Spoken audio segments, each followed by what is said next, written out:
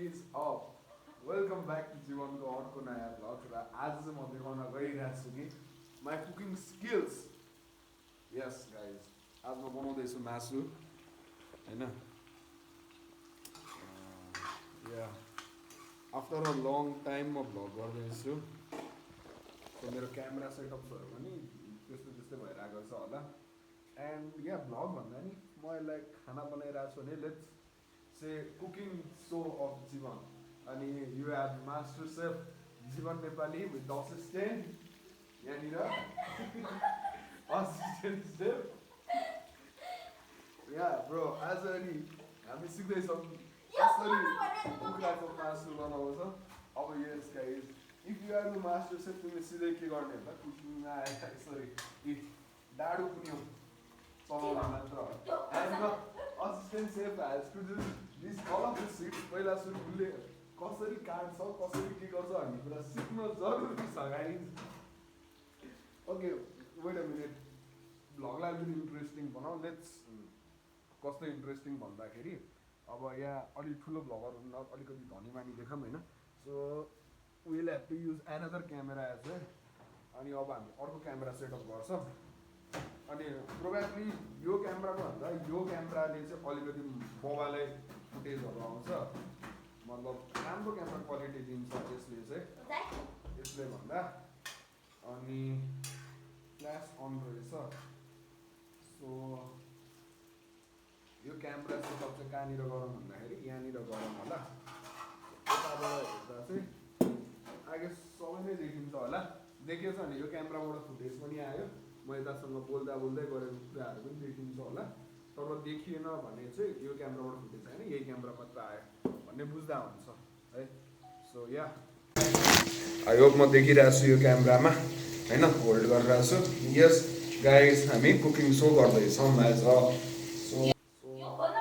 It's so hard अनि अर्को कुरा भनेको जहिले पनि ग्यासलाई चाहिँ मिडियम कि त लो फ्लेममा राख्नुपर्छ मासु बनाउँदाखेरि के गर्ने भने सो या अब I can use another camera as well होइन सो यो क्यामेरालाई चाहिँ म एकछिन यतापट्टि नै राख्छु है एकछिन अब म यतापट्टि अर्को क्यामेरामा so hello hello yes guys अब यहाँ अर्को क्यामेरामा बोल्छु भनेको क्यामेरा नै उठाइदिएछ so I love this kind of assistance a lot है अति नै के म एउटा क्यामेरामा बोल्छु भनेको उसले क्यामेरा नै निकालिदियो सो म फेरि I'm back at this camera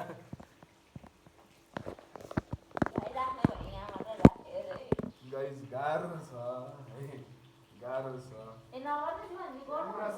camera नउठाएन so या अब म चाहिँ नि मैले भने जस्तै यतापट्टि मलाई लसुन खोसाल्न पनि आउँछ गाइज होइन I am perfect husband material तर म बिहे गर्दिनँ नो नो नो म जे बोल्छु साँचो बोल्छु र this is the one and only my quality कि म लाइफमा जहिले साँचो मात्र बोलिरहेको हुन्छु त्यही भएर पनि इट्स गाह्रो है मास्टर सेफ भएपछि sometimes you have to do this as well यस्तो कामहरू पनि गर्नुपर्छ यसले चाहिँ तिमीलाई के हुन्छ भने अब भोलि गएर बाहिर गएर एक्लै बस्नु पर्यो भने होइन यो कामको क्वालिटी पनि चाहिन्छ क्या गाइस के गर्ने त एक्लै बसेर खाना आउँदैन भने बाहिर गएर त कसैले बनाएर खुवाइदिँदैन so you have to learn this र यो सिलसिलामा मैले मासु पकाउन चाहिँ सिकेँ अरू भने त्यस्तै हो मासु चाहिँ पकाउन जान्नु पर्यो है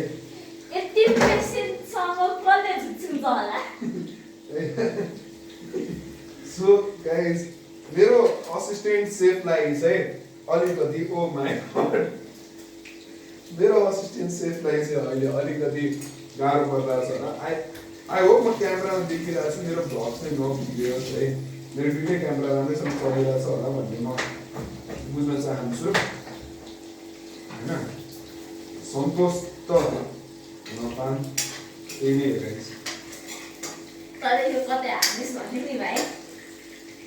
युट्युब आजबाट जीवन नेपाली च्यानलमा चाहिँ हामी जीवन मात्र छ क्या मेरो च्यानलको नाम अहिले आजबाट हामी भ्लग गर्दैछौँ no more rack no more है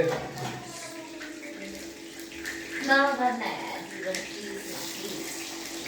guys, so back again.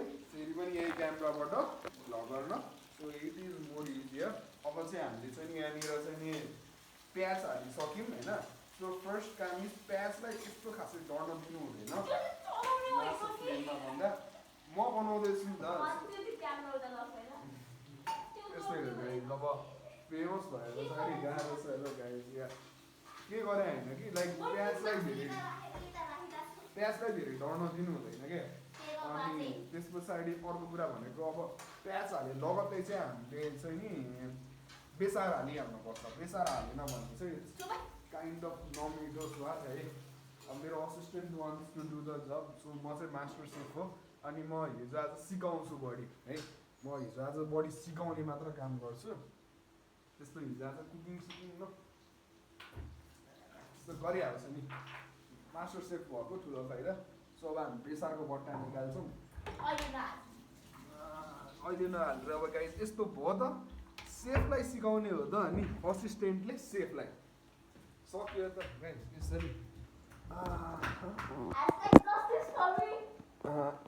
# Justice for my assistant र ल गाइस हेर म कति राम्रो क्यामेरा क्यामेरा एङ्गल्स निकाल्छु कि यहाँबाट मलाई देखिरहेछ भने पुरा मलाई थाहा छ. सो दिस इज बेसार. बेसार अलिकति हाल्नु पर्ने तर मैले बेसारको उस भेटिनँ गाइस है. I need to find out बेसारको कहाँनिर छ. बेसार निकाल्ने एउटा थियो पहिला त. म यहाँ आफ्टर बिङ मास्टर सेफ मैले धेरै जसो भयो कुकिङ नगरेको. एन्ड लङ टाइम अगो गर्थेँ म. सो नभएर धेरै नै भइसक्यो कुकिङ. बेसिकली अर्थवेक पछाडि त मैले कुकिङै गरेको छैन गाइस है. सो अर्थवेक पछाडि कुकिङ नगरेको भनेपछि I'm so afraid. Oh my god कहाँ छ हाम्रो. एन्ड यो बार बार क्यामेरा बिगार्ने मान्छे चाहिँ यही हो है. आई डोन्ट नो यहाँ रेकर्ड भइरहेको छ कि छैन.